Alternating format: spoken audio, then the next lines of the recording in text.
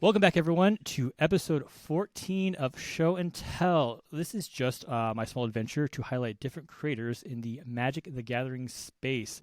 Today, I am super excited to finally, in a lot of ways, be joined by Dungeon Master, now Game Night twofold now, entertainer who maybe is still looking for her next musical to perform in. The BlackGirlMage, Lexi. Lexi, thank you so much for joining me today. Yeah, of course. Seriously, I'm so happy we actually got to do this. Just, I don't really talk a lot of Magic, and it makes me so sad. So I'm so happy to talk Magic, talk D&D, talk all the things with you. We're going to talk all the nerdy things. Super thrilled to have you on for some, behind the scenes inside baseball. We have been trying to set this up for, I think we said May or June, which is over half a year now.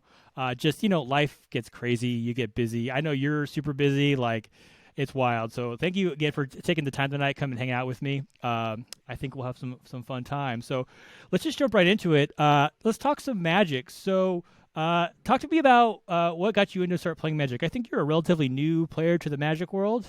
Yeah. So I have a friend, and she truly started this all for me because she set me down. She was the one that taught me not even board games, but tabletop games was one of my first good experiences when it came to D&D. But one day she was just like, do you want to come over and play some Magic? And I was like, you know what? I don't have anything better to do. I love hanging out with you. Why not?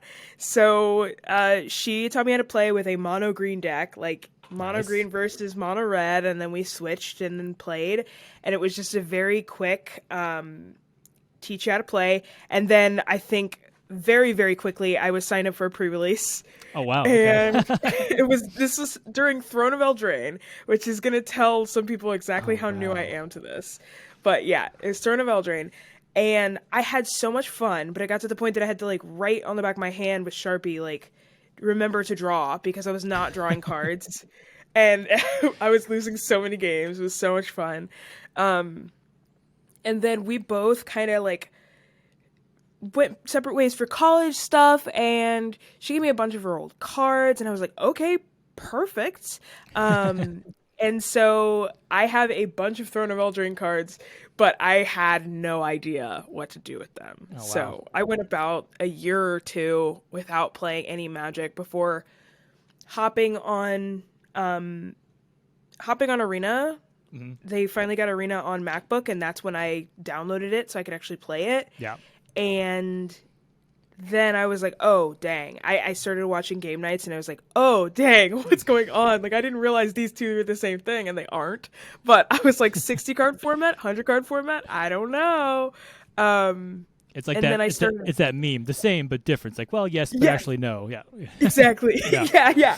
And so I literally thought I was playing the same form of Magic that I was playing on Arena until I continued watching game nights, and I was like, oh, this is totally different. They're literally saying they don't have multiples of the same card. Mm-hmm. Started noticing all these differences. I got back into the game and finally decided to go out and get a starter deck, a pre-con. It was right after, oh my gosh. It was the Catherall Precon, and I had also, it was Strixhaven. Okay. But Catherall and the bugs and mutate decks, that was all. Yeah. It's not Ixalan, but my brain is it starts with an I. It must be Ixalan. Ikoria. Yes, Ikoria, yes. Yeah. It was right after Ikoria and Strixhaven. I grabbed the Quandrix Precon, and I grabbed the Catherall Precon, and just immediately sat down and started playing. I didn't have a good first experience playing Commander against strangers, but it was enough that I came back very spiteful. I was like, okay, I'm just going to go play somewhere else. Was it not a good experience because of the people, or just how the game went for you? The people. I had someone it was my first time playing Quandrix. I hadn't even sleeved up my precons yet. I didn't know that was a thing you're supposed to do. And this person was like, oh, you're playing Quandrix. Oh, this is so cool. These twins, they make doubles of everything. Their goal is to double all of your tokens. Mm-hmm. What I'm going to do is do a really fun thing called I'm going to play Coma. And I said, I don't know what's going on here. Yes, that reaction is perfect because I just was like, sure, why not? Show me your cool deck. And the other two people at the table were like, oh no, like immediately like, don't do that. But he did it, and he like did all of this stuff to double his comas and then make the game so no one could play, and then he had to go to work. And so we all were like, so we're getting rid of the comas, right? Like, we're just going to play the game with the three of us. It was a very, very weird experience. But I was determined not to let that stop me from playing. I was like, okay, this can still be fun due to the other two people at the table. This can still be okay. That's funny. Yeah, it's you hear a bunch of people who start playing Commander, who start playing Magic, and there's a lot of people who say like, oh, maybe Commander isn't the best way to kind of like learn the game because there's just a lot that goes on. I don't think I've actually heard someone like say their first experience was bad because like the player just kind of stomped them, which it can happen, and I guess that's part of the social aspect of the game that everyone's really trying to figure out how to approach and how to deal with. But it looks like it just awoken something within you that law, for sure, which is very competitive, and thematic. Like, I think I very much saw from that moment. It's almost like Zords for Power Rangers. This is like a really weird tangent for me to go on, but like Zords for Power Rangers, like the Power Rangers don't know why they got the specific Zords that they do until the moment that they absolutely need. Like one Ranger will be like, "Why'd I get a frog?" And then all the rest of Rangers are stuck up in a tree and they're like, this is why. Like, that purpose comes through. Yes. I feel like that moment really showed me like, okay, I had some really cool moments. Like I literally tripled my Hornet Queens and then Scute Swarmed and did that, like all of this really cool stuff with Hornet Queen. And so I got that taste of like, why did I pick this deck? Mm-hmm. But then I was like, okay, I didn't win, and that's perfectly okay. But I think if I just keep playing, I will find the purpose for me like choosing these commanders. There's a reason that I liked these two. I just got to play enough to find out. That's funny. It's like a frog, the kind you kiss and he becomes a prince. Power Rangers the movie. I knew exactly where you're going with that. I am. Thank you. Power Rangers is my jam up through.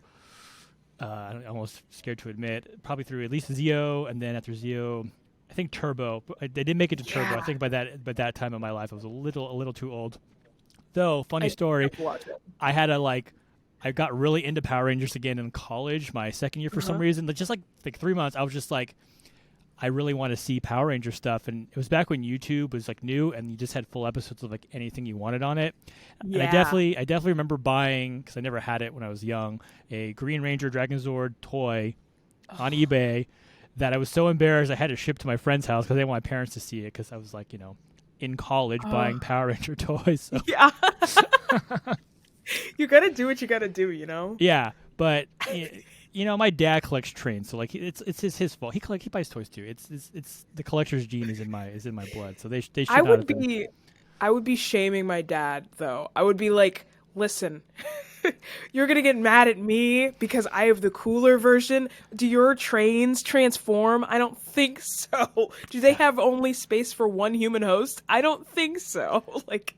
Okay, this is a Power Rangers podcast now. So part of the reason, so I bought the Dragonzord, and then my buddy in college, he had the Megazord, so he's like, should I bring it? So he brought it, and we made the Mega Dragonzord where they all combined. And he's like, I've never done this before, so I could put it together, and like we set it up, and we all just like it's like these 19-year-old guys just like staring at the Mega Dragonzord setup in our room, and everyone's just like, this is so cool. Yeah, and then for sure. we just left it there for a few weeks. Should have bought Tyrannus and what was it? Ultimate Megazord. Didn't buy Tyrannus. Should have bought that at 1.2. Maybe one day. I am 100% going on eBay after this and looking how much all that is now. You absolutely should. I don't know why you're not doing that right now. I know. Hang on. We're gonna pause this. Everyone, we're gonna take a break. That is funny, but yeah, it's what? That's awesome because you talk about. That mutate deck, someone else I think had on. I'm going to name drop Victoria the Vast. I think she, one of her first, I think she said one of her first decks was the Mutate one, and she was like, I don't know what I'm doing, but it's super fun. But which is that deck is very complicated, I think, for new players. I mean, I barely understand how Mutate works. I still think if you bounce or you kill I don't know, it does weird stuff. Like you don't think it should if you destroy or bounce characters.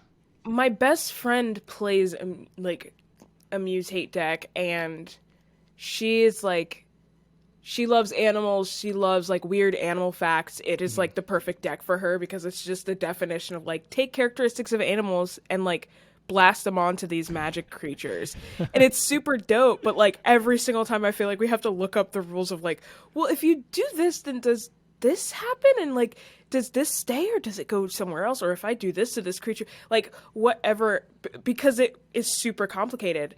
But I think that like, the same way my first deck probably shouldn't have been something that can make like 64 copies of Hornet Queen, or shouldn't have been something that like, okay, I pull all of the aspect tags out of the graveyard. What are aspects? You know, like as a beginner, that's what the precon is. Are you sure? But like that kind of thing is super cool, and it teaches people both to have like a specific thematic identity when they build commanders. Mm-hmm. Because if it was super bland, like if every single deck was like a Lathril deck, then we wouldn't have like people that are like, I'm gonna build the Ozolith as a commander and just hope that everyone's okay with that. Or like you wouldn't have anyone who's like super pushing the like bar on commander identities and how they play the game. But I think it's normal now because they make the precon so whack. So you just have to learn really fast how to play. Yeah, those out of the box precons are getting pretty good. I see, I know a big thing for like a lot of like EDH game shows are just precon only stuff, and I think I was just watching. Shout out to Decked Out, which is the Tournament Grounds new one with Veggie Wagon and Nerd Girl. They were doing Brothers War precons, and those things were like really strong. And it's just like, oh well, that's I mean, that's nice. You kind of, you want decks that are interesting and powerful enough to people who are just, because that's going to be a lot of players' first foray into the game. So if it was like you said, bland and kind of whatever, like they're like, okay, this was cool, but like, why do I want to continue playing this? But if they do some cool stuff, I mean, I think for a lot of people, that's like the allure of Magic is you can do a lot of weird, cool stuff that people have never seen before, just because of the nature of how many cards there are and just the way the rules interactions sort of work. Yeah, for sure. It's definitely, I think that like, it's that dipping the toe in the water to be like, oh, okay, I actually do want to dive all in on this. They have to keep making them flashier and flashier. Yeah. But also they work well. Like my Shurikai precon, I was trying to upgrade it and I was like, I don't want to get rid of any of these cards. Like this plays so like this is such a fun deck. I'm not going to touch this deck. Yeah, I look at him. I'm like, I'm not good enough deck builder to make this better. Like, I'm sure there are, there are better cards. But like, I don't know. This is like, who's it? Gavin Ver. He probably designed this. Like, who am I to argue with Gavin? Like, he's, he was a pro. I'm just like a dude who played sidewalk Magic when I was in junior high. So, oh yeah, that's funny. So Throne of Eldraine. It's why, as somewhat, I guess technically, I'm like I'm not old school. So I started playing like way back in the Urza block. So it's always cool to see like people get into the game at like such, Throne of Eldraine, like, time has no meaning. Probably 2, 3, 4 years. I feel like that was like, it had to have been a while ago. It had to have been like 2017 or 18 or something. Oh gosh, let's see if I can do this. Because I think it was like either sophomore or junior in college when it came out. Looks like October 4th, 2019. So about nice. Okay, cool. That was 4 years ago. That's just about 3 years ago. Yeah. So that's here's an interesting question. So you kind of got started with Throne. Was it weird because Throne was a pretty powerful set?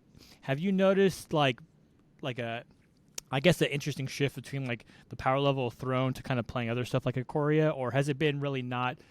I don't know if like it'd be something you would notice in terms of, and I guess it's hard for, because I'm going to assume you're mostly a commander player then. Is that kind of your main format? Yeah, I played a lot of Arena up until about New Capenna. Yeah. But yeah, I think that it's definitely something that like when it's one of those things where like when you live longer, the years get shorter, that kind of thing. Yeah. Where you like as someone who's played for a long time, it's probably going to be easier for someone who's played for a long time to notice the shifts in power. Yeah. I really only hear about it. Like I truly only hear about it. I will say after like going through and reading my Throne of Eldraine cards, I've been like, that seems a little messed up. Like that seems kind of wild. And like seeing some of the Throne of Eldraine cards that are considered more powerful. I mean, I'm like, yeah, they're more powerful, but that's like every card feels super powerful. Whereas since then, I've just kind of noticed that certain things, specific cards even, feel more powerful. But because I haven't seen that many sets and had my eyes on that many sets, like truly I saw Eldraine and then I skipped about 2 years. And then I went to Strixhaven and onwards, like Ikoria, Strixhaven onwards. And I think that I've seen so many sets that it's hard for me to notice the power shift. It's definitely, and I think that has to do with not playing as much Standard, because in Standard you're going to see so many different cards. Commander, people are looking for the golden eggs, like they're looking for the eggs that make their deck tick. So I hear about things that are super powerful all the time, but then when I actually read them and I want to use it in my deck, it literally might not help me, so it's not as powerful. I guess for Commander, again, that's the singleton format. Not having to play a deck that's going to throw out 4 Teferi Hero of Dominaris against you kind of thing. So they get one, and then maybe that's it. But so I guess, and that's kind of the nice nature of Commander. A lot of times, it's as a general idea, it's self-regulating in terms of the power levels. Obviously, there's discussions that go into the kind of play group and levels your decks you're playing with. But like from a general aspect, it's in theory it should be relatively easy to kind of maintain, because you're not going to get 4 of cards it's 1 of, and versus like you said, Standard, I guess. And I wonder if that was maybe the complaint where Throne felt really pushed in like a Standard format, just because you're seeing like, oh well, here's like, well, I mean, Oko obviously was probably the biggest biggest offender when it came out, but like having 4 Okos in a deck probably would have felt pretty bad to play against in a Standard format, whereas in Commander, he's probably still 3 mana Planeswalker with upside is probably always a good card in a Commander deck, but it's only one of them, right? So so that's funny. Cool. So do you have, I can remember you talking on the Casual Magic podcast with Shivam, and just excited about building decks. Like, what do you think is your favorite aspect of like Magic? Like, do you really have, as someone who's kind of new to the game and kind of come back to it, like what do you find the most enjoyable part about I guess playing Magic? Maybe Commander specifically.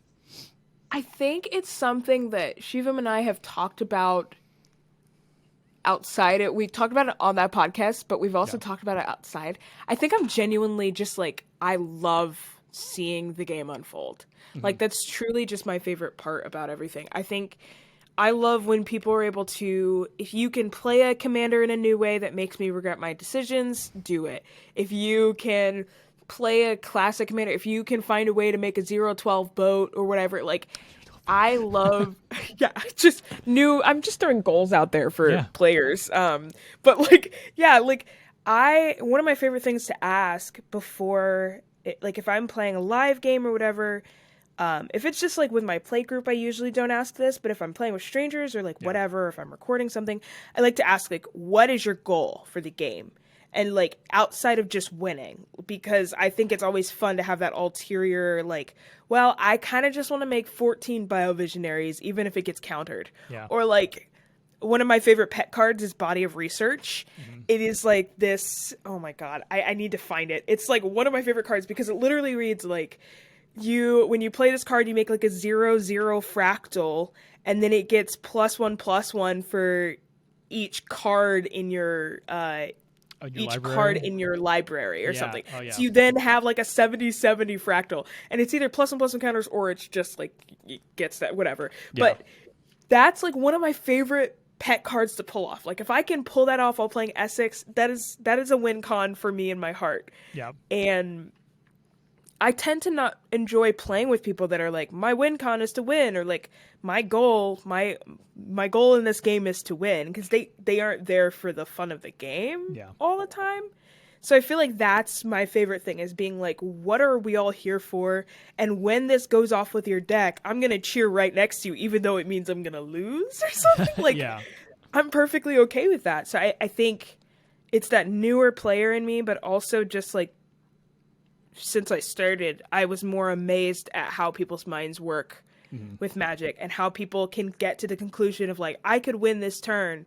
And then I'm like, how? And not in the how of like, I'm going to stop you, but the how isn't like, whoa, how did you connect 2 and 2 and 2 and 2 and 2? Like, where's the line? Like, how do you see that line? Yeah. Yeah, I love it. And so I think that that's like my favorite part. Just seeing how everyone deck builds, seeing how everyone pulls together their favorite combinations. A lot of people are pushing the format. A lot of people are breaking things, or like just doing really fun, stupid things. And I'm like, oh, I love that. That's my favorite form of Magic ever. It's like, do the stupid thing and make me concede. Like, I love that. Yeah, I think for a lot of people, like the cool part about Commander is it's you can build competitive decks, you can play CDH, whatever, but there's like a level of creation and ingenuity that you can do with the game and the format that you don't really see anywhere else. You don't, standard, modern, pioneer. You can make pet decks, you can make whatever, but like there's it's 1-on-1, so it's really like the goal is to win, right? Yeah. Typically. But with Commander, being a social format first, especially given its roots, it's really inspires people to like think outside. I mean, that's how the format started. Like, find all your bulk rares, dollar rares that you've never had a deck you can put them in and see what you can do with them. So, as someone who likes to play kind of out of the box strategies himself, like I agree with you that that's part of the fun of the game. Is like, well, what can I do that's like, now I want to see how to make a 0-10 or 0-12 boat, and I don't know. I don't even know if I got to kill someone. Like, maybe hit somebody once with a 0. That was now a goal of mine. So I have made a note. And of course, the best part is you make a deck, and what's the name of the deck going to be? It's going to be I'm on a boat. So that's the thing that's going to be made now. Or let me drive the boat. That's my like. It's perfect. It's perfect. Yeah. So. Yeah, there's definitely that personalization factor. I noticed with Arena, I was frustrated with the economy of Arena. I was frustrated with the fact that the one thing I will say about myself that I don't think people believe, I'm not good at Magic, like in the slightest. I just love playing Magic. Yeah. And I love the people that play Magic. And I hope that like other people are like that first. Like, I would rather have someone who loves the fact that I play Magic with them more than they love winning. Like, I'd play with that person over a person who just loves winning any day, because it's like, I practice like sword fighting and HEMA, and one of the things you have to learn is that if you aren't nice to the people that are across from you with a sword pointed in your direction, if you are mean to them because you want to win, you will have no one to fight, because you have to fight your friends. Like, that's how HEMA works. Like, you don't go to the competitions and like having fought no one. You have to work with people in your studio. You have to work with people in your community. And I think that like with Magic, it's the same way. I've just found that those people that are willing to explore the personality part of the game and explore that social part first, they tend to be better Magic players anyway, too. Yeah. I don't know. I tend to find those people, like, they're more willing to give back to the community. They're more willing to understand, like, the fads and the waxing and waning of Magic in general, and, like, how things will go. And they're able to, like, give more advice out to new players. They just make the space a better place in general. Agreed. I think you're right on. In general, if you're training with someone who's got a sword across from you, you should probably be nice from them, because swords are very stabby. But yeah, I mean, that's, you want to cultivate an experience that everyone can enjoy, and if you're playing with people who are just not making an enjoyable experience, like, why would you continue playing with them, right? Yep. So, and everything I've ever seen you in, you are just a ball of positivity and like radiant energy. So I mean, I definitely see that, and just how you live your life, which is phenomenal. Like very inspiring, very just like anything I've ever seen you in. And actually, this is kind of, we're gonna do what I like to call a transition in the biz. You talk about like seeing how the game wants to unfold. I feel like that probably goes very hand in hand with probably another one of your big interests is Dungeons and Dragons. So yeah, that was a very smooth transition there. We got nice segue. You just really segue went there, in on that. right in it. It's like, yeah, there we go. So Dungeons and Dragons, which a lot of people might know you for more for you. I don't know, words. One of them. Yeah, one of them. Stuff, things. Yeah, it's all the same. So let's talk D&D. So what got you? How long have you been playing D&D for? Like, what got you? What got you into Dungeons and Dragons? I think that I've been playing D&D about as long as I've been playing Magic. Okay. Probably longer, technically, because I stopped playing Magic, but I think I started playing them at the same time. All right. D&D, what kind of got me into it, I had a friend that ran a game, and it kind of didn't go very well, and that was honestly on my entire friend group, like, not knowing how to play. It was just a very not good experience, mainly because, like, we were doing things, like, on the character sheet, it has stats, like, it'll have, charisma, dexterity, strength, and you're supposed to put a number there, and that's supposed to represent, like, the base human starts at 10, and then you go higher for how much stronger or how much weaker you are, how charismatic you are. We were just writing, like, intelligence, check mark, like, I have it, like, we were not, like, just not doing it right at all, and that didn't go very well. I had another friend run a game for me, the friend that got me into Magic, and that went super well, but we only played one session, and I was itching for more. And then, finally, I had a friend my junior year teach me how to play. Like, her and her brother taught me how to play. Like, we were going to play Curse of Strahd, which I didn't know at the time. He was, the brother was the DM, and he was just like, oh, it's just going to be, it's going to be a horror game. And I was like, oh, I don't know how you're going to make me scared, but let's go for it. And it's the Curse of Strahd. We got one session in, and we fell apart. But me and my friend had, we had spent a whole time, figuring out what accent we were going to do, and, what kind of character we wanted to play, all this kind of stuff. And I immediately ran out, the second that the game fell apart, I immediately ran out and got a DM's guide. Because I was just, addicted to this storytelling. I watched him do something for a whole session, and I was like, I want to do that. And I was drawn in. So, it was truly just, experiencing it once and being like, oh, is this what this is kind of like the storytelling that I like to do with I like acting, I like writing, I like all of this other kind of stuff. This kind of seems like it encapsulates all of that. And then it did. It's funny. So there's a few, Dungeons and Dragons is one of those things it's almost kind of funny because I've played it on and off different sessions with my friends over the course of my life, and it's always been just like a hodgepodge of us trying to get through it. My friends, I always have to DM because my friends they're interested enough to play, but no one has the interest enough to take on the role of I'm going to do the story, I'm going to do this, I'm going to do that.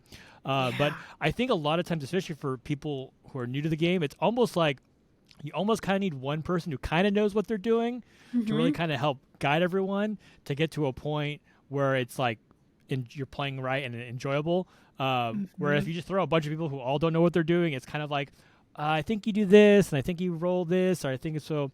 It's this is going to be a real far reach of a metaphor, but I play music with my friends, and sometimes if you meet someone new, jamming is an interesting thing where sometimes you need someone who's really good at playing one thing to help organize a jam, because you think, oh, you have a bunch of musicians, whatever, you can just sit down and jam. But jamming is kind of weird if you don't have one person as the epicenter really guiding a jam, in my experience. Yeah. I'm also not a great musician, so that could be part of it as well. I am not the guy who is the epicenter of the jam. But like having that one person who's really good kind of like give you a foundation and then everyone else kind of fills in makes a big difference between a bunch of people who maybe don't have that level to bring everyone together. Uh, Yeah. so I think, and then you kind of, it sounds like you said that in your experiences between like intelligence, yes, versus, someone's like, I know those are numbers and we roll, we do modifiers and checks and everything. But Yeah. and Dungeons and Dragons is one of those kind of games that can be really intimidating from like the outside looking in, because there's the player's handguide, there's the dungeon master book, there's the monster man, there's just like years and years of like different adventures and guides and things to jump in, and so it's like, well, where do you start? Do I got to buy a bunch of minifigs? Do I got to are we doing theater of the mind? Like that's but like I think in a lot of ways. What I enjoy about it, I mean, I would like to get it. I'm in a session now where I'm not the DM, but like playing a DM, it's the story building element, which I think you may agree is part of the real like what kind of brings me back. So like we'll probably go over a few of them, but I want to talk about like being a dungeon master and like what for you when you start either a new campaign or a new session, like what do you what's your prep or process like? Do you like try to build an entire world and story out ahead of time? Do you kind of play it by ear from session to session? Like what is your prep like? It definitely depends. I do think that I'm a world first builder. Mm-hmm. I'm a vibe first builder. Like I kind of think about what kind of story I want to tell, and I think about what story I want to tell, what kind of world can it exist in? Is it a world I've already built? And if not, then I dive into this place. And whether that is a full world, or it's a city and it's disconnected from the world in some way, I try to make sense of like where it lives as an environment. And then I start digging down deep into like, okay, well, what kind of system? Because I think D&D is like my main system. 5e is like my main system, but there's other systems that like there are Blades in the Dark. Blades in the Dark's a really good system for heists, like super good for heists. Like there's a mechanic in it where you literally, like for everything that's facing you, if you have not everything, but if you have a challenge that's facing you, you can go back in time and do a montage of where you prepped for that specific situation, which feels so heisty. That is actually, wow, that's awesome. It's like very, very cool. Oh man. It's super, super cool. And it's like stuff like that makes me think, okay, how do I use the system to lend to the vibe that I want? Because sometimes I really do just want, like, I want my players to roll big damage, or like, even if it is like a crime city, I want crime wizards, I want crime sorcerers. Like, I do stick with 5e. But I think that there's this other half of me too that's like, I can't dig deep on like minuscule parts of the world. I think some people can get the ball rolling and world build for hours and hours without input from someone else. Yeah. And I just can't do that. Like I need players like to start influencing what I bring into the world. Like I'll think of like big higher level things of like, oh, well, maybe I want to tell a story of revenge, or like maybe I want to tell a story about like people rising up against capitalism, or like whatever. And I'll put those machines in place, but I know that it's going to rust if I don't get players in the world soon. Yeah. So it's very interesting because my brother and I both grew up writing stories together, and he plays D&D and he plays Magic, which is very interesting.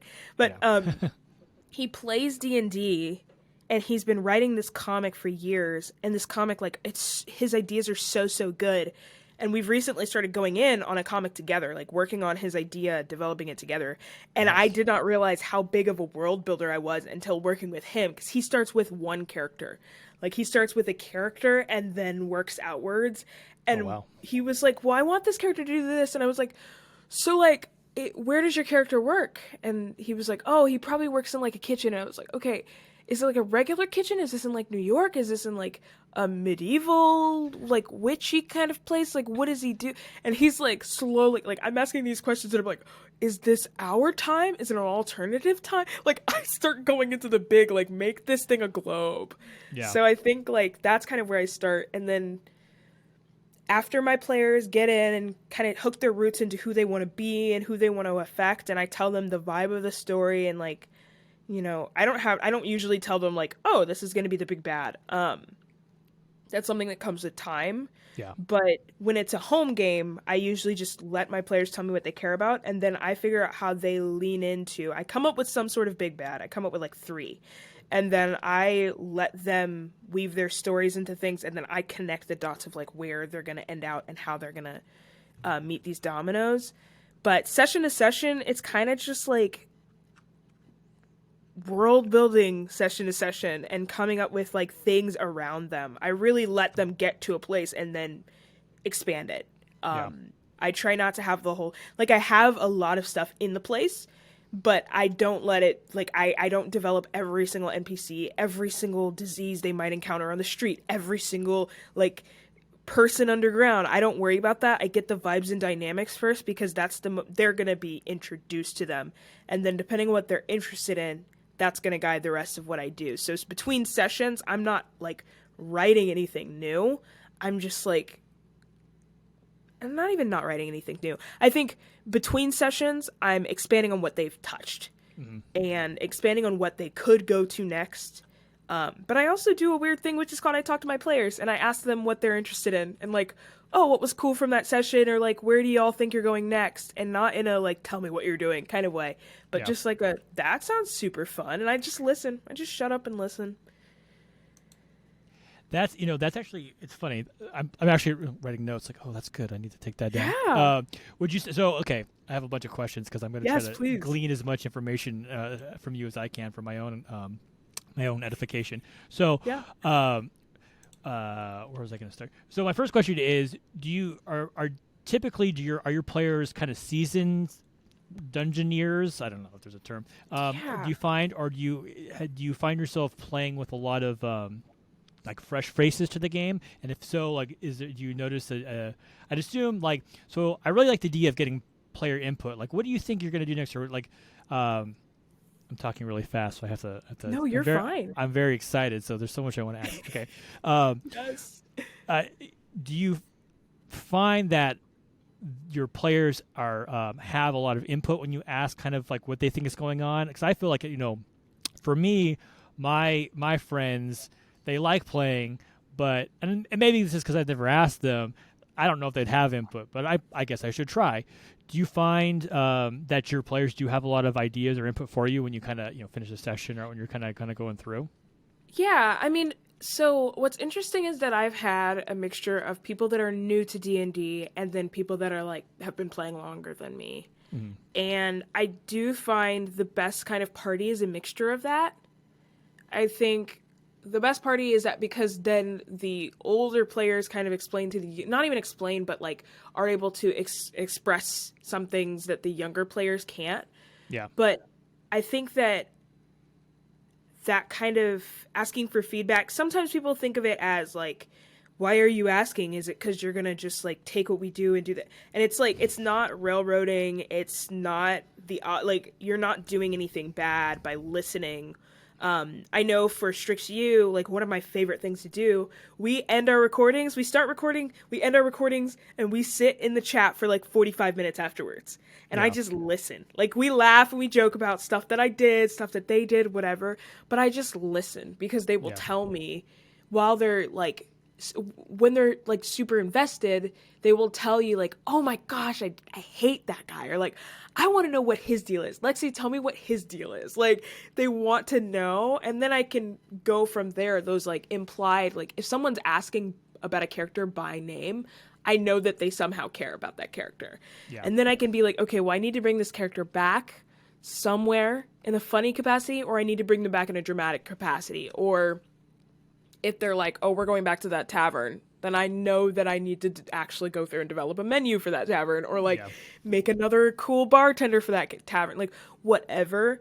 But I think that definitely like getting that feedback is something a lot of, I mean, if you think about it, like a lot of seasoned DMs do it. You have to, especially if you're professional, like and you're like people that are, running sessions every single week and getting paid for it. You have to have the feedback because those people are like paying you. It's like like they're people have entire sheets made so you can go through and say like, here are my roses and my thorns. Rose, like you did this great voice, it was super cool, or like here's something cool you did with my character. But then thorns, like here's something I wish would have happened or whatever. And that's not like a mean thing. It's just like, I want more combat, I want more exploration, or like I think puzzles are cool, maybe we could do more puzzles. That kind of feedback's super helpful.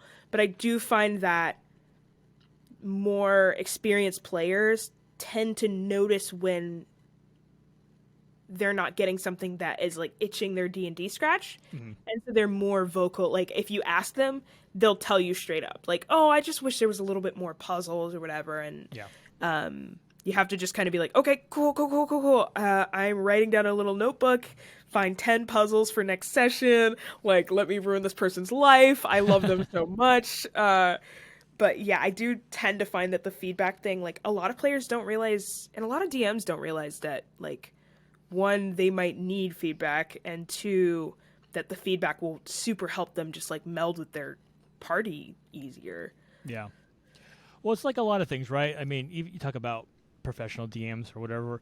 If you are in any profession, position, hobby, whatever, and if you think you are ever done learning or growing, you're not going to succeed at that role, right? You always have to be. I talk about, I've been a photographer for, gosh, I'm going to feel really old for a second. Probably almost 20 years. Like I've been doing photography. I've been technically a professional. Like I got paid to do weddings, right? So if you make money doing something, I guess it makes you professional. Yeah. So I've probably doing that particular art form for whatever for longer than a lot of people. But like I still now, even when I don't do it as much as I used to, I'm still constantly like looking up new cameras, looking up new like position, how to pose people, how to light things, because you're always learning and you're always looking for feedback. And you talk about the post session kind of chats. I don't think there's probably not a greater feeling as a DM that when you finish a session and the people in your party are like, gosh, it was so cool, and like we hit this trap, but then like I did this thing, and all this stuff you kind of put together, and they just basically just recount the story to you. Like that feeling of like, oh yeah, they enjoyed it, because here they are talking about how much fun they have like figuring out a puzzle or solving a riddle or whatever. Like that, like a feeling of accomplishment is like, like so they did enjoy it. And like maybe it's not them just like, hey, that good job, you, like that was a good thing, but just that the enthusiasm for like wanting to recount a story, that's something you just did. I think is very important. And I mean, I think that's really good advice for people who are interested in not just, I mean, Dungeons and Dragons, or even probably player side too. Like there's always things you can probably discuss both directions in terms of like enjoying the game more. I know like as a player side, like it can be really easy to try to metagame a lot of times in terms of like, oh, well, like I'm going to try to do this thing because, and which, if you want to be that way, you can. But I find, I'm all about voices. Like pro, if you're going to be a character, like if you're not doing a voice, like you're not doing it right. Anytime I can do any voices, like I'm going full voice right now. I have a session where my character is basically, I think it's a dark gnome, but he basically it's Rocket Raccoon. His voice is just that, and I'm like, heck yeah! I'm super excited to do this every time I get to play. But like, when I make my decisions or what I want to do, I try to like think about like what would this character do in this position? Is the best thing to do? Probably not, maybe, but like, hey, this is what he would do. So like, let's see what happens, And I think that's the real fun of the game is like the role playing aspect can be there. It truly is. I think the only catch-22 that you can catch with that is that you have some people that are abusing the game as air quotes role playing, because that statement of like so many people that are like watching. Oh my gosh, my dog is here. Coop, we have to go to bed. Oh, dogs, yeah. Because I'm recording. He's so mad. It's a pro dog podcast / YouTube show. So he just will not leave me alone until I play with him, and it's just not the time for that. What kind of dog is it? He's a Cavalier King Charles Spaniel mixed with a poodle. Oh wow. Oh, he's a teddy bear. Yeah, that's okay. He's got very nervous eyes. He's getting a haircut tomorrow, and he doesn't even know it. Oh, he's got no idea. No idea. He's gonna be different tomorrow. Oh my gosh, look at that face. Okay. Yeah. If you're listening to the podcast version of this, you need to immediately stop, go on the YouTube version, find the dog, because the dog is adorable. Find the dog. Find the dog. He's so cute. You're gonna change tomorrow. Yeah, he doesn't know. But yeah, anyways, I think that whoever is a DM who listens probably just had like war flashbacks hearing like, but that's what the character did. Because I've played with people who like, and I don't play with a lot of toxic players. I don't think I really have that many toxic player stories. But like games that I've been in rather than been the DM for, because when I'm the DM, I like vet everyone out. Like I don't run for people I don't know. Like it's got to be someone, you know, if it's a charity thing, yeah, but for the most part people are recommended by other people that I trust. Yeah. So people that I've played alongside will act so terrible or be so toxic, and they'll be like, well, that's what my character would do. And it's like, okay, like I think that there is a part where it's metagaming to be like, well, what would move the story forward? Or like what would save our lives. But I think like a better question is what would move the story forward outside of just like what would end the story. Because like if you're standing in front of a dragon and your character would badmouth the dragon, that is so funny until the dragon blows 8d6 of, you know, fire, or like 20d6 of fire breath at you, and then you're trying to save your little level 2 characters and you've killed everyone else's characters. But instead of thinking what would my character do, if you think what would move the story forward in an interesting way, then maybe it could do something for your character where you've badmouthed everyone you've talked to, but suddenly in front of this dragon you drop to a knee, and this is the first creature you've ever taken a knee in front of, you know, and been like, I pledge myself to you, like I've come across many across these lands, and none of them have been as terrifying as you are. Allow me to serve you and pledge my life to you. Like, and that also is fun for your DM to be like, whoa, like in a dragon voice, like, why are you on one knee? Like, get up. What? I've never had a knight before. This is new for me. Please. Like, it's so fun. And don't make it weird. Don't make it weird. Gosh, there's I think it's the Warp Zone. There's like a sketch where it's like they're playing D&D and the guy's like a rogue, and he keeps killing everybody, and his partner's like, no, like, what are you doing? It's like, well, that's what my character, and then there's if I remember, I'll link it in the notes, but it definitely kind of goes into that toxic player sort of extreme. But yeah, I mean, I think that's a great point, especially coming from a dungeon master, is what can you do to move the story forward in an interesting way? Because that's really kind of the core of like what you're trying to do in a lot of ways. Yeah. And if you think about I think the problem is a lot of players who think like that, they're usually not very selfish, but they usually have a tinge of selfishness to them.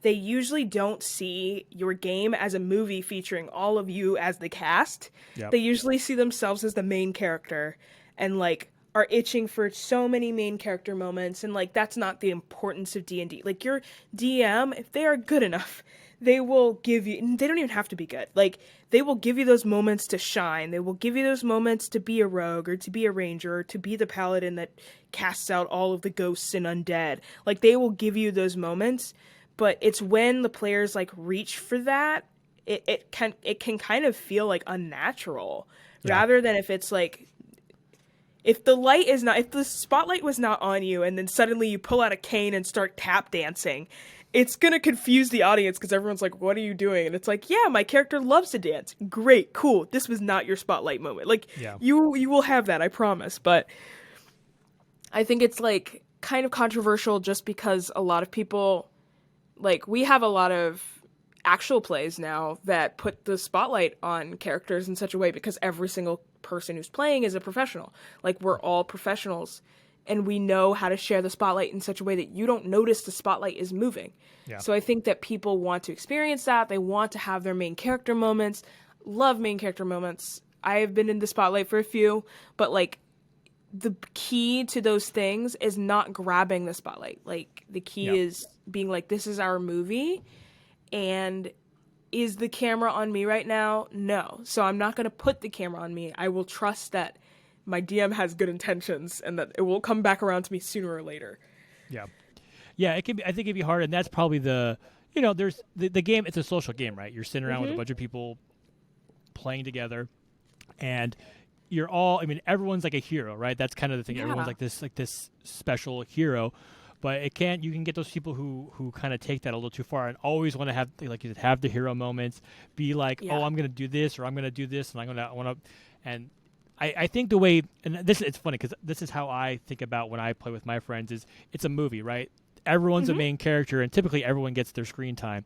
So you just got to kind of massage the players in a way where, like, they get to do cool things, but everyone gets to do cool things. And it's not the same person always having to, kick down the door or, slay the dragon or whatever it is. But, and that's, and I think, and probably to your point, like, part of being a good dungeon master is kind of being able to guide the group and your players kind of understanding their roles in terms of, like, it's everyone's there to have a good time and enjoy the story. So like, be dramatic, not dangerous. Like, I think that's the biggest thing. Like, don't do harm, essentially. Don't enact harm basically on yourself and other people, and, like, usually things will turn out fine. And that's, like, not to say there are not bad DMs out there. That's not to say there's not bad, like, players out there.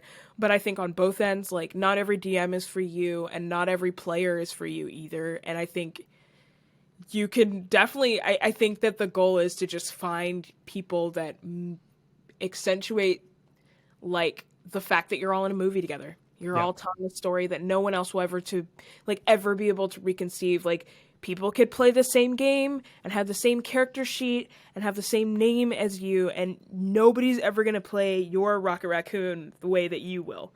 And that's, like, I mean, to be fair, that's, like, one of the through lines between Magic and D&D. Like, 100%. Really, Magic, you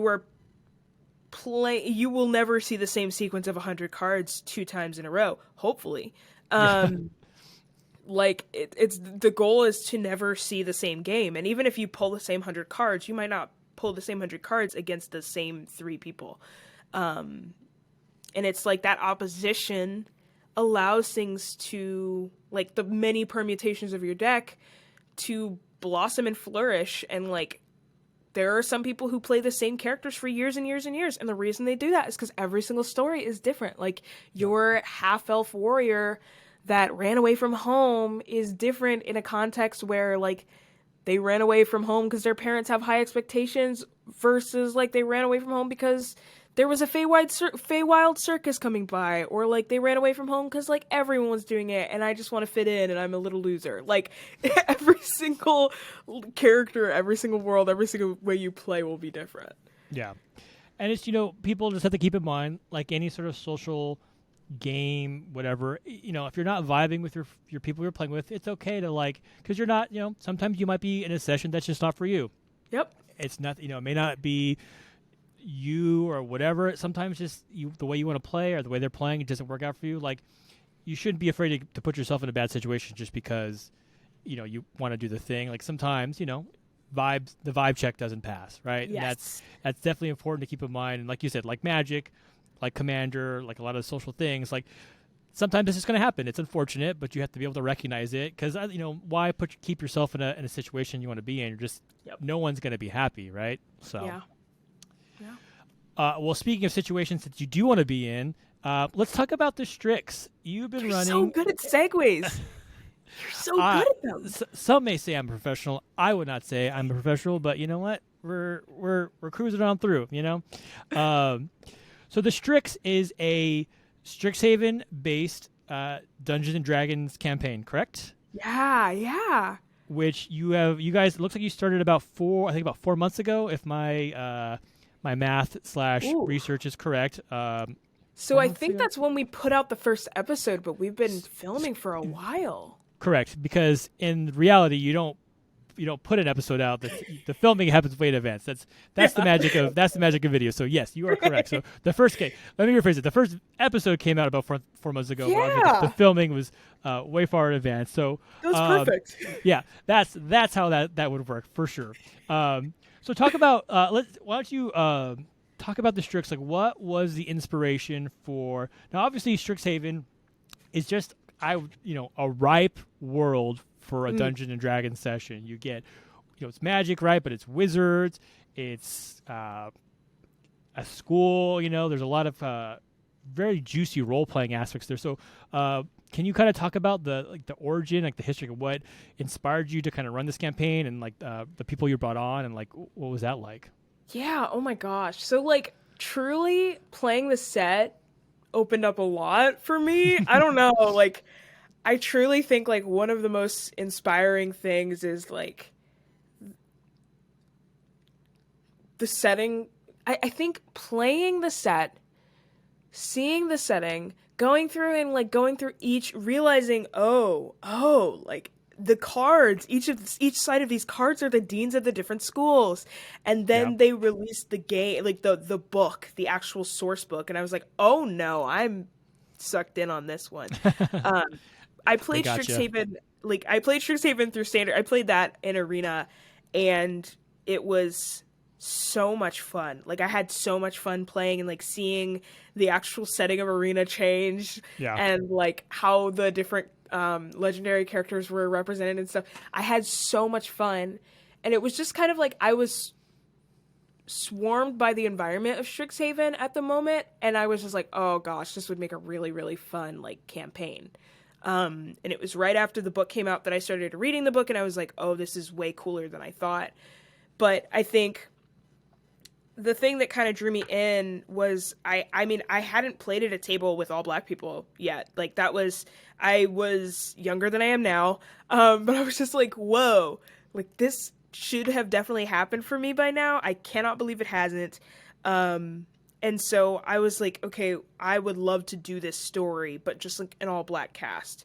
Yeah. And so it literally turned into musing with one of my mentors. Their name is Jess. They're the best person in the world.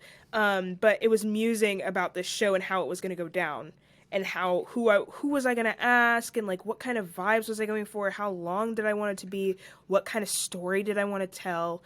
And we just planned and planned and planned. And then I reached out to everyone on the cast. Literally, I think there was one extra person who was supposed to be on the cast that like the only reason they didn't get on the cast was because I just like didn't see their response on a Google form. But like literally everyone else, so there's 6 players, which is wild. But everyone else were people that were my like wish list, pie in the sky. Like if I could have anyone on a cast, it would be them. And these are all people in the space that I was like, hey, like I'm so new, but I'm doing this like wizarding school thing. Like I would really love to have you. And they were like, please, yes. And I was like, oh, I wasn't expecting an answer that fast. So very quickly, it turned into a reality where that idea was solidifying more and more. We spent about like a couple of months, like 2 or 3 months, just like formulating in a Discord and like hanging out and really like getting to know each other and getting closer and talking about our characters and all that kind of stuff. It was so much fun. It was so beautiful, such an amazing process. And I think it all just came from like honestly Arena, like playing in Arena. And then there was the one game nights for Strixhaven where they did the little vignettes of each school. And I was like, this is a perfect idea of like how the schools should be, like how wacky and wild the schools are. And I was like, okay, yeah, I got a lot of content to pull from for this. And I saw a bunch of other people that were doing Strixhaven games, but they just weren't doing it in the way that I was like, I wasn't excited by what was going on. And like, that's not to say nobody's story was good. I just like, it's hard for me to continue watching an AP if I'm like, these characters are so cool. I love the people here, but the story is just like straight out of the book. I'm not having fun with the story. And I had read the story, so I was like, everything's already spoiled for me. So I was just itching for a story that did it different and like took the elements from the book and twisted it in such a way that it like not unrecognizable, but I did bastardize the book a lot. I did mess that one up. That's funny. Well, I mean, so Strixhaven was one of those sets where just the lore and world building was phenomenal. The flavor was wild. It could have very easily felt like just a clone of another popular wizard school franchise, which it really didn't. There's a lot of similarities, but that's just reality. A lot of it's just what you get with British kind of high fantasy kind of like stuff, right? The school names or Yes. whatever. So like, but it definitely felt like, and even not even just that, but there was also the concerns at first were like, are we just getting the guilds again, like the Ravnican guilds with the color combinations? Which it doesn't. They don't feel that way, right? Like Yeah, Lorehold no. does not feel like Boros at all. No. Which is it's really testament, I think, to the design team for that set because again, it would have been really easy to been like, here's kind of just a repackaged guild set, but Yeah. instead of like red white soldiers, it's red white wizards, what have you. Yeah. So Artifacts. Yeah, it definitely felt so fresh and funky. Like as someone who like had not really played a lot of Ravnica and didn't really like, I understood the guilds because that's like when you first like play Magic, everyone's like, this if you just play mono blue, this is kind of what your deck is about, especially on Arena. You get like the tutorial of like, this is what mono blue is, this is what mono red is, and then they're like, red and black is about sacrifice and payoff, like burning and sacrifice. Like that's kind of, you get the archetypes. And so I had heard people say, oh, I'm playing a Dimir deck, but I didn't understand fully until I obviously came in right as Strixhaven was kind of blasting off. So for me, my brain is like Quandrix. Oh, sorry, Simic. Or like, I go to those schools first before I go to the actual Ravnican guilds because they feel so specific and different. And like I can tell the difference between like Boros and Lorehold, whatever. But I think like the best part about the school, the thing that pulled me into it, was how different it was from that certain other wizarding school. It's just the reason it felt so different was because they justified it with like polarities, like the idea that people are different. Yeah. Because people are different, we're constantly battling with these polarities within ourselves. That's why you like, that is the reason you pick your school affiliation. And like the types of students end out here, rather than it being like bad kids come from Silverquill, it's like, no, the nerds there are so many different kinds of nerds, but the literature nerds come from Silverquill, and then the math nerds come from Quandrix, and then the history buffs come from Laurel. Like they really do a good job of being like, you could be anyone, you could be any like D&D class, and they also made it such a diverse space too. Like you could be any race, whatever, and find a way to make your character fit into any of these schools. It was so cool, and it drew me to it just because like personally I try to weave philosophy into every single game that I run, and that's like just a personal philosophy of mine, is that you just like, there's no good and bad, there's just like realities we all have to deal with, and anytime you make a choice, you're in between two realities. Yeah, no, for sure. It's almost as if, as people, we have to go on this journey of self-discovery and find within ourselves what we believe our true, person. It's wild. It's wild. It's crazy how that works. Yeah. Personal philosophies and beliefs. Who knew? Yeah, I don't, who would have guessed? That's kind of the takeaway in a lot of this stuff is like the journey of self-discovery is paved through experience and experience the world, and sometimes it may not be what someone else might think it is, but that's not their decision to make. Exactly. Anyways, okay, what house do you associate with? Oh God, my brain goes to Quandrix. My brain goes immediately to Quandrix. I'm annoying. I'm a nerd, but I think there's a little part of me that's in Silverquill too, because of the like. I think that it's either Lorehold or Silverquill. I think Lorehold leans into it way more of like the humanities and like sociology, philosophy, stuff like that. I think that I'm very much like the math kid, but I'm the math kid that talks to spirits from the past in order to like avoid our future, avoid a repeated history, that kind of kid. So I feel like I'm a Quandrix Lorehold student. But then I remember Prismari straight up, and I'm like, oh, I'm Prismari all the way. Like, I have to be Prismari. I'm, like, so intense. Like, if I get really into... When I'm in the work mode, I get really intense. If I'm crafting, if I'm working, if I'm performing, whatever, I get so intense. And I'm like, yep, that's it. That's it. So, I don't know. Somewhere. Between those three. Some of those three, yeah. Yeah. Depending on what day of week it is, you might identify as a different house. Because you know what? Exactly. Sometimes we have ever-changing thoughts and emotions as we. It's true. Yeah. Weird how that works, huh? Too funny. So okay, 6 people. That is a big session. So what have you found to be, I guess, the biggest difficulty in running a long-term campaign with that many people?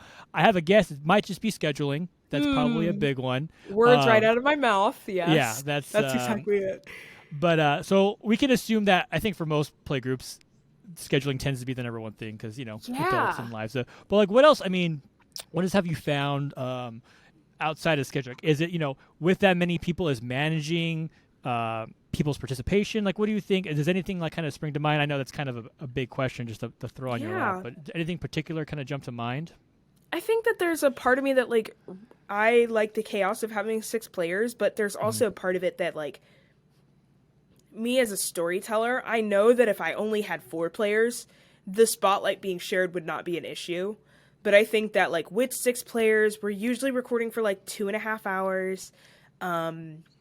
That's getting cut down some, and then we are doing it for a limited amount of episodes.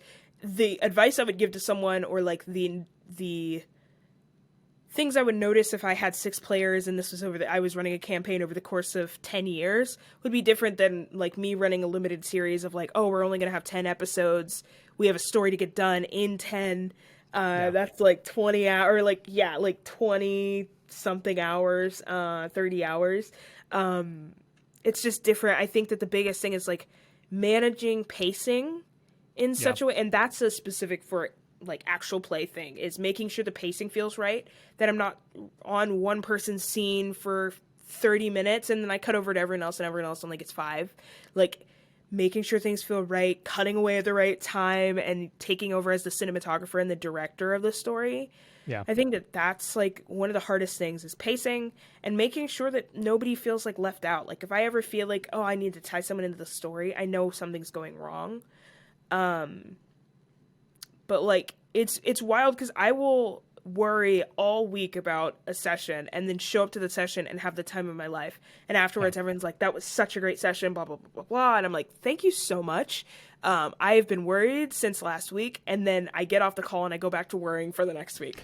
But like, I think it literally just has to do with like making sure that I'm prepping enough and like keeping everyone engaged as to why are you in the story?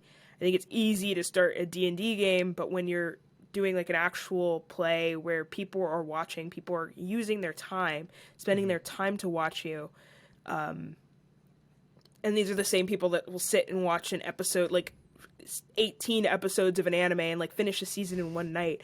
That patience and that attention span is very precious.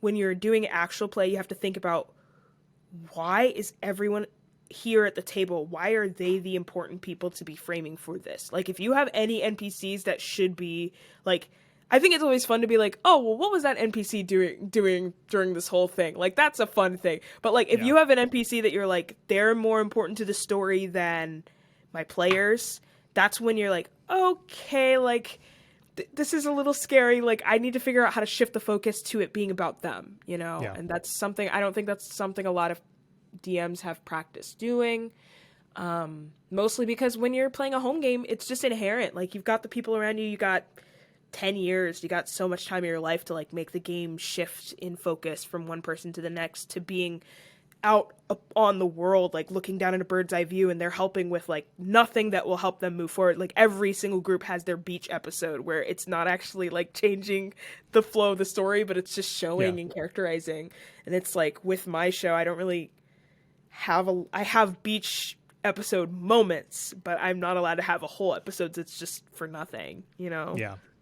I think it's an important point too that maybe people don't realize, especially for the format of Strix U is it's a YouTube show, right? So like the downtime in between character actions, story beats, whatever, you don't have the luxury of when you're at home just hanging out with everyone, like, okay, this happened, we're all going to take bathroom breaks for whatever. You got to kind of keep it at a clip, to to keep the story moving forward in a way that's interesting for the audience, without having to go back and do a lot of editing or like cutting out dead spots or whatever, because the nature of the format, right? Because you want to make sure that it's you could do 4-hour sessions where it's just you hit record, you go to town, but like who's really gonna commit the time to that?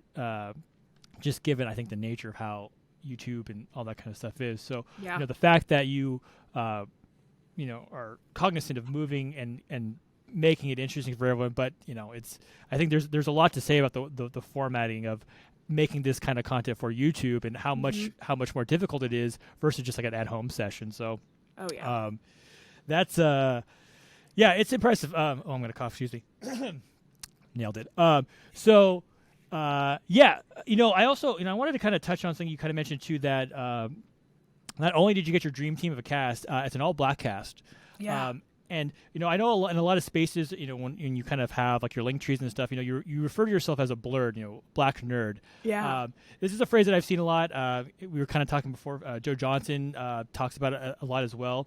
And for me, I always like to kind of bring up that idea of as a black nerd, and like what is it like? What does that mean to you in terms of like being being black in kind of like a nerdy space? Like the importance of that. Like what is that like for you? I mean, I think it's like such an interesting experience now. I think if you would have asked me 2 years ago, 3 years ago, I would have a different thing. I think I would say it's like fairly isolating. I think like it was a term to pick myself out of a crowd, mostly because like the people that liked a lot of the stuff that I like, I mean, I think there are some forms of media that I'm like, yeah, black people, like that's black people love that show. That's like, I don't have to find other people that actually like that. I know people that like that. I don't ever have to work for it. But it's like certain other domains, it felt like being a blurred was like, that was the only way. Like, I am not just a regular nerd. Like, I am not going to have your standard opinion of this show. I'm coming into this show or this movie or this game with the notion that I am a person of color. I am a queer person, like I'm coming in with these experiences, and so the things that you love about this show or that you love whatever, it's not going through the same filter for me. So I think like now it's way less of an isolating term and way more of like a way for me to like head nod to other blurreds in the space, while also letting people know like you are not just getting a nerd perspective when I talk about this and that. You are getting a black nerd perspective. You are getting the perspective of someone who's gone through hardship, or like someone who has experienced racism and can't just like some people are able to just be like, I think that there's like that one meme that's like racism was where I draw the line, but blank, like, and it's like racism was okay, like that whole thing. A lot of people, when they're fans of things, they will look past everything. Like Wizarding School, big example. People look past the bad because it was something that they enjoyed growing up. And when you are someone who is of color or someone who is in a minority, you don't have the luck or like the ability, the ignorance to be like, oh, I'm just gonna read this and be okay with someone generalizing all black people or generalizing all like Native American people. Like you don't have that luxury. So I think now it's a way for me to tell other people like, hey, you're not getting a regular opinion, you're getting my opinion, the opinion of someone who is black and also nerdy. It's like my little signifier. I'm like, yes, this is a filter that I'm putting everything through. Well, it's good.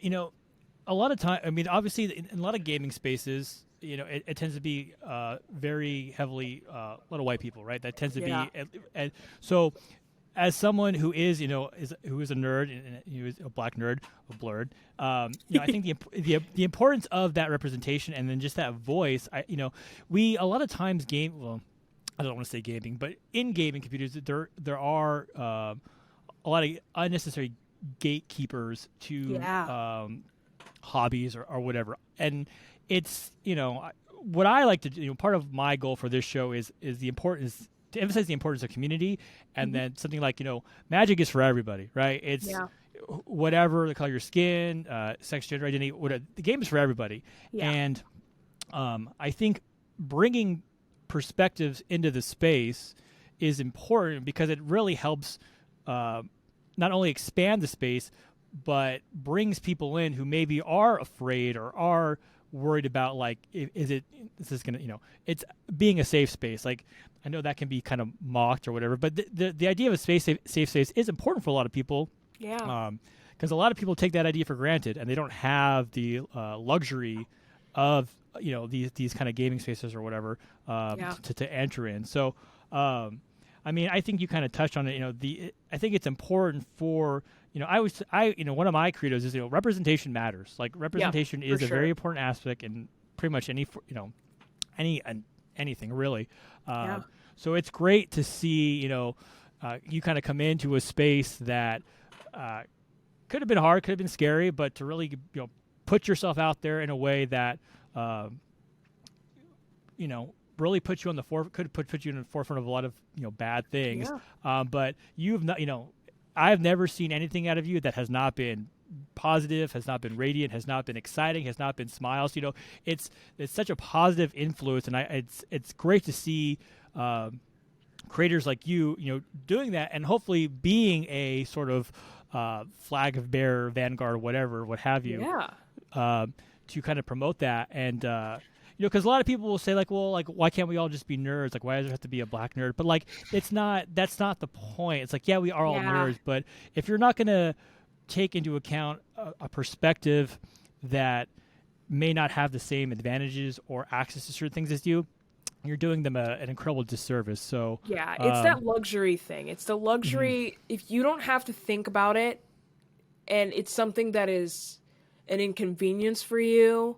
Like, the safe space thing, I think that's something that tells me, first of all, like, anytime someone makes a comment about, like, oh, blah, blah, blah, safe space, I know that they're not someone I want to play with. They're not someone I feel comfortable talking to, because the idea, it's the same as accessibility. When people add accessibility measures, if you add an accessibility measure to a game, it does not only help people who have disabilities, it helps everyone. Like, there are video games, I'm trying to remember which game it was, but they introduced the idea that, like, the introduction of the game is you setting the buttons, like, the way you want, you want to move the joystick to jump up, or if you want to press a key instead, or, like, whatever.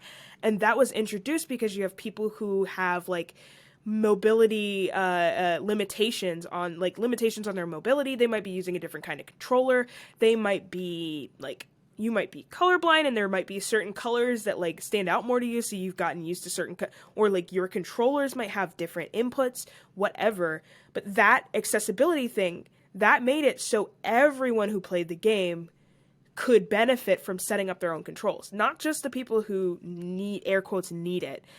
It's everyone benefits from that. And it's like, I think that the people that complain the most about that are the people that it affects the least, usually. Like, I don't hear, like, when the combat wheelchair came out, I never heard one person who was a wheelchair user.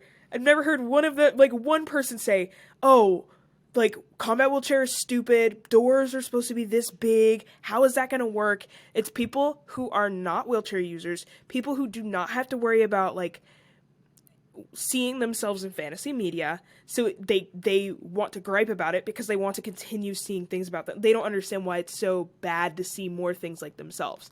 I think if you have the luxury of seeing yourself in media, if you have the luxury of, like, not having to think about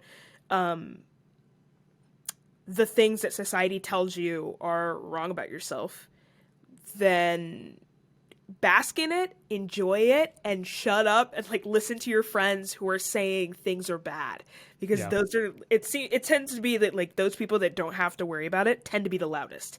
And that's what I found in, like, all the gaming spaces, all of, like, the Magic spaces, like, things that are going on, things that are changing usually don't affect you as much, but you're just the angriest about it because it's going to change your comfortable way of life in some way, shape, or form. And it's like, those people are the people I do not play with, and they're the people that I know, like, as society moves forward, if the apocalypse hits, they're going first, because if you don't see any color, how are you supposed to see the zombies coming? How are you going to tell the difference between humans and zombies when they're going to, I just don't.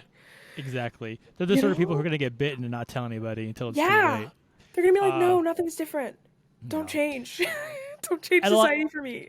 I think a lot of those people, they're so worried about having something taken away from them, when in reality, it's other people just want the same things as they have, right? Yes. And It's that's, I equity. think, Yeah. yes, exactly. So, uh, yeah. So again, so I think, outside of being an awesome, DM and putting out this great content, I think there is a very important work you are doing with this show, and just your whole vibe in general. So I wanted to touch on that because I think it's important. I think it's important to be able to articulate and discuss those topics because they are meaningful. Because if we're going to play in this space and we're going to make this community our own, we need to be willing to listen to voices and make adjustments as necessary.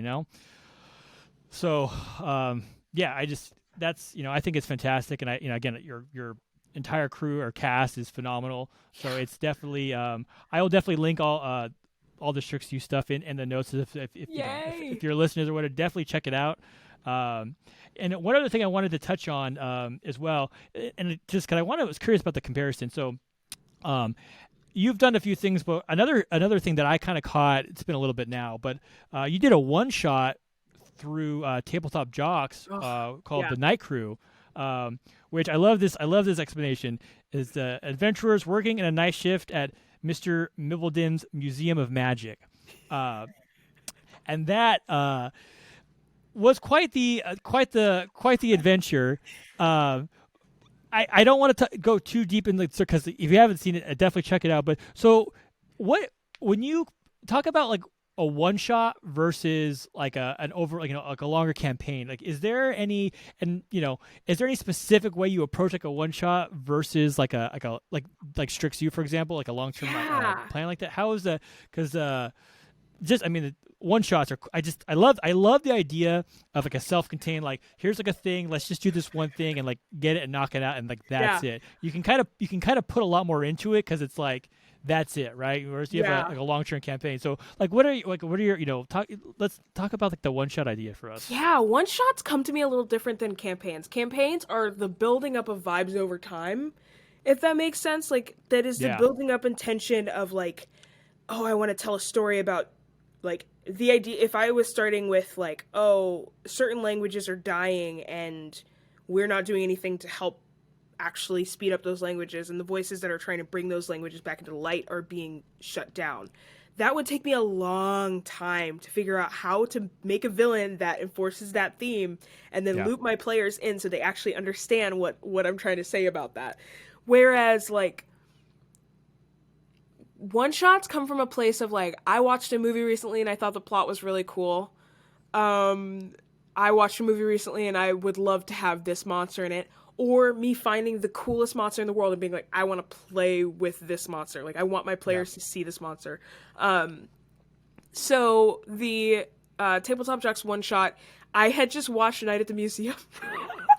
I literally had just watched that movie with Ben Stiller. Makes sense. I was like very, very inspired. And my partner, she had got me like the best, like the coolest book. It's this monster book with a bunch of drawings in it where people have taken it, and it's not like a D&D monster book. It's a book that has like really stylistic drawings in it. Super stylistic drawings with what these monsters like eat, their actual folklore origins. Oh wow. Okay. And then it goes on to say like, oh, are they combative? How much magic do they have? And it's more so set to like inspire you but give you roots for the monsters you're running, rather than it just being like, oh, I'm gonna run a ghost, or like I'm trying to remember the name of the creature that I ran for that one. It was like the Addle or something, but it's essentially like this like otter that has a hand, like a long spindly hand for a tail, and it is actually based in I believe it's either Mexica or like Nahuatl lore, like legends. This is like an actual creature, and it's like, it was super cool. It was just something that I was like, oh, how do I make this thing matter? So like usually I pick some sort of stupid little setting, and then I find some stupid little monster, or sometimes it'll start the other way where I'm like, what is a monster? How do I make this monster like truly matter? And for this one, I had seen Night at the Museum, but I wanted to run the Addle first. Like I wanted to, or a Weedle, I think it's little. Oh my gosh, I'll grab the book in a second and I'll have the name. But Howitzodal, that's what it's called, I think. The monster came first from this drawing, and I was like, this is wicked, and I would love to throw this against these players. But I think they also chose, I think I literally said, okay, Night at the Museum one shot, or like Snowpiercer fight from the bottom of a mountain to the top one shot. And it was like, I was like, oh wow, one of these is better than the others. And I thought it was the Snowpiercer, but everyone's like, Night at the Museum. So I was like, oh hell yeah, let's get into it. So yeah, I would have thought the Snowpiercer one too. Now the museum idea is also really cool, and actually I'm sure Night at the Museum isn't a horrible. It's an entertaining movie. Yeah. Great idea for like a one. But yeah, how do you not pick Snowpiercer? Anyways, that's you can keep that in your back pocket. That's another. Oh, for sure. Yeah. That'll come sooner or later, I'm sure. I might steal that from one of my things now. Please. One shots they're up for anything. Like that's the biggest thing is like, I think the one thing with one shots you have to worry about is pacing and timing. Like if you truly, for that one, it was a one shot. Like we were there for pretty much all day filming. And it was split up into 4, but like truly I like to do one shots as 4 shots. Like I do like to we get together for 4 sessions, like 3 hours a week, and we knock out an arc. But in those, I think a lot of people want to cover a huge story in that amount of time, and it is like close to impossible if you're just running like a home game. And you haven't played with people before, whatever. I think it's definitely something that you have to talk to your players about, like, okay, this is where we're kind of moving. This is the start and this is the end. And like, you don't even have to tell them what the big bad is, but being like, okay, this is kind of the goal. We're going to start from the bottom of the mountain and move all the way to the top. And I should hope that we get to the top of the mountain by that 3rd session so we can have our boss battle. That's about the conversation you have to have, because then people know, oh, we didn't get to the end by the end of the 3rd session. It's like, okay, cool. I told you I needed to be there. We're going to pick up next session with you all having like zoomed through that, and we're at the top of the mountain. But one shots are up for anything. That's my favorite thing about them. I can take an episode of Bluey and turn it into a one shot. You could turn like a magic card, like like art on a magic card. You can make that your inspiration. Like, I want to get my players to this. So how do I reverse engineer this moment? You know, and if the moment never happens, it's fine, but you have a whole plot suddenly and you're just sitting there like, whoa, like these monsters are super cool, or like this idea was super fun, and everyone's gonna leave, different than they came. And like, I keep talking for a long time. I want to talk about this one shot I ran for Christmas because it's my favorite one. For sure. I love taking like movie ideas and doing like Night at the Museum's one of my favorites. One that I've been working on for a long time. It's actually a TV show, Schitt's Creek. I'm working on like a Schitt's Creek campaign. But like we did a one shot. You gotta fold the cheese in. Fold it in. Yes. Oh my God. Yeah. Well, actually, okay. I remember I did this for Halloween, not for Christmas. But the idea was that all my players were Halloween monsters. I showed up. Okay. I had character sheets for them. Based off of the classes that they like felt the most comfortable playing. It was pretty high level, and literally what I wanted to do, I wanted a holiday dragon. Like I wanted a holiday hydra where each head was representing a different holiday, so I had to come up with different magical powers for each head. Okay. And so what I did was like they were all working for this Halloween dragon that was like, my mom hates how you all, like, my mom hates my performance. Halloween wasn't good. Like, you are the worst performing team. So now you have to go and, you have to go fight in this tournament and win for me. Otherwise, like, you're all fired and I might kill you, And this huge portal opens up and they're like, okay, we'll avenge you.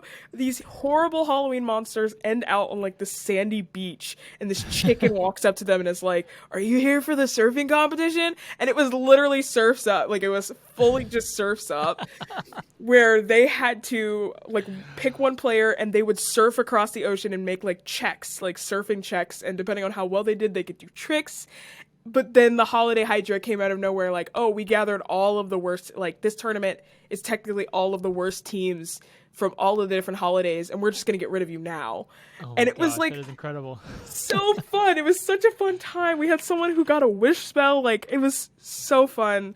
But one shots are the time where you can do whatever you want, like whatever. It does feel like controlled chaos and like a one shot. Like that's when you really just throw it all out there. So do you have like a back catalog of like one shot ideas? So you have like a notebook or something, you write all this stuff down. Yeah, that's awesome. Yeah, that's incredible. That is so wild. But yeah, I mean that makes sense, right? That's you have like this kind of one contained story. Why not make it as wild as possible? And God, that's funny. Holiday Hydra. Yes. There was the St. Patrick's head had this like weird luck thing. It wasn't a luck. It couldn't use a luck point, but no one could crit, even itself. Oh, okay. Like it couldn't crit on anyone. Like it could use, that was its like passive power was like you can't crit. It would either use a reaction to stop your crit, or like if you were close enough to it, you cannot crit on it. But yeah, it was a very, very interesting encounter. That's wild. So you said you made all the character sheets. Is that normal? Probably. I guess it depends, though, right? But is that normal for one shots, or have you done? No. Usually I let people bring their own, but I talk to them. But that's also me as a DM. Like I don't let anyone pull up to my table with the character sheet they came up with in a corner by themselves. Like if you like, I love when people are like, oh, I put in so much work on my character sheet, I've been working for hours on it. I'm like, great, send it to me. Here's a campaign, give it to me first so I can at least see what you're working on, because I don't like to I think a lot of people like winning D&D, air quotes winning D&D. And the only way that people can surmise they win D&D is to get one over on the DM and to make the DM go, I didn't prepare for that. When that is actually kind of just like a crappy thing to do sometimes. Like it's fun if the DM is prepared for you to do that kind of thing. But like when a DM doesn't know what's going on and then you're suddenly like, oh, well, I'm just going to one shot your big bad evil guy because it's fun for me. It's like you are taking...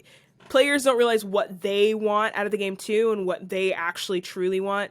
If you one-shot the big bad evil guy, great, everyone has to go home now. Like, it's not fun. Yeah. You actually want the opposition to your power. You actually want to be able to see that your power was well-earned and that you got to see every single one of your abilities go off, and you live and you died and you tell your story. And, like, I think that, yeah, like, I usually let people make their own. The only reason that I made these was just because I came up with really funny names, and I was like, oh, dang, I kind of really like these funny names, and I wanted to homebrew, like, Frankenstein as, like, a race and, like, other things. Like, I wanted to do super funky, funny mummy stuff. That makes sense. Yeah, you were talking about that. I was like, oh, yeah, that totally makes sense. Like, I could see, like, oh, Frankenstein was probably, like, a warrior, and, like, you could do, like... Maybe Dracula was a rogue or something because he could turn it, but like stuff like that. That makes sense. That's sounds incredible. Who knows? Maybe one day you should relaunch and get a YouTube version of that one up too, because that is too wild. Like that is incredible. It'd be super fun. Fun. Oh gosh, Lexi, you have been fantastic. Okay, I actually have one other thing I have to ask because my wife will kill me if I don't. What's your favorite musical? I'm gonna put you on the spot. Company. Company. So my wife's obsessed with Les Mis. Like that's her. Ooh, yeah. That's her thing. Yeah. And I think she's like, we're gonna go to France soon, and then I'm gonna make you see it live. And I'm just like, okay. I mean, we watched the movie with Anne Hathaway. Don't let that be your... I want you to know, like, if anything, let that be your ground floor and know that it's only going to go up from there. Like, it literally only skyrockets from there. You know, I will say as someone, who is not really into musicals, like, it was good. It was catchy. I will start singing One Day More sometimes, and my wife will just look at me. I'm like, this is you. This is all you're doing. I was not, So Company, okay. I'll have to ask her. It's Company and Hadestown. Right now, Hadestown is my current obsession, but for the past like 6 years, it's been Company. Like, all right. Yeah, for sure. Too funny, awesome. All right, we have said so much times. I've had such a good time. I just gotta kind of wrap a few things up. So we kind of talked beforehand. One thing I do with my guests, I let them pick a charity, and we make a donation for them, just as something cool to do. I enjoy doing it. I think it's a good way to kind of help support a cause that I think we think is worthwhile. I don't know if you if you've come up with one. If not, I'm sure by the time this episode goes out, we'll have one ready to go and all that kind of good thing. So we'll be doing to whatever. Oh, I'll do this thing. We'll be donating to the charity of To be announced. And then I'll just we'll throw it in there. And additionally, one other thing I like to do is I'm going to pop up my community board through the magic of video editing. So I'm like this. And what I'm going to do is I believe you have a Ko-fi. I think it's I don't know how to say it. Ko-fi. I think it's supposed to be coffee because it's like, ooh, buy me a coffee, blah blah blah. Like I don't know. So what I do is, when I talk about building out a community and supporting my community in a way, so that way, even when this show's done, that I can kind of help keep support you. We're going to sign up for monthly recurring subscriptions to coffee. So if nothing else, I will be buying you. Well, maybe not one coffee, depending what kind of coffee you drink. Coffee can be expensive. Half a coffee, maybe a small coffee, whatever, at least once a month. So we'll be signing up for your coffee. So we'll be hanging in with you now for the long term, making sure you stay caffeinated. As someone who drinks way too much coffee a day, like way too much, way too much coffee. Same. I can understand that, but this way, like I said, even after we're done here, like I can still kind of help in a small way, support you in everything that you do. And again, like we talked about, I think you are doing fantastic work. I think you are a fantastic person, and I look forward to see what other projects and passions you have in store for us and the world out there. So, Lexi, thank you so much for coming on. Thank you. Seriously, I appreciated this time. I think it is very, very. I think it's very, very easy to. I don't know. I think it's hard more recently actually to like be invited to things like this, and like people don't know you don't know them, you aren't comfortable, whatever, and you're like re-explaining everything. It is very, very comfortable to have like it felt so good to just come here, and like I can already tell things were going to just be very comfortable from just the vibes, but it is very, very like I appreciate you being such a great caretaking host. I appreciate that. That makes me feel good, because if there's one thing I'm all about, it's good vibes. Yeah, good vibes. You got him. This is fun. Awesome. So I will. We will link all of your socials and everything in the show notes in the end of the thing. And if you're listening, if you're watching this on YouTube, if you want to subscribe, I would appreciate that. I'm going to try to really push this year to like tell people to subscribe to my show. I think that's the New Year goal, is to see if we can hit that 50 subscriber mark. Oh, I didn't mention this. I'm a very small show. I'm super small, but I love that. I think, it's great. It's fun. I enjoy doing it. It's more fun. There's a podcast version, so I'll have the link. That'll be linked below as well. It's through Anchor.fm. It's on all your major podcast platforms, Apple Podcasts, whatever. Again, subscribe on YouTube. Find Lexi. Find her on Twitch. Find her on YouTube. Watch the Strix U. Catch her one shot. The Night Crew on Tabletop Jocks. Again, Lexi, thank you so much for coming on, and I look forward again seeing what else you got in store for us in the future. Heck yes, I cannot wait. You're phenomenal. You're amazing. You are the best. All right, everybody. We'll see you next time.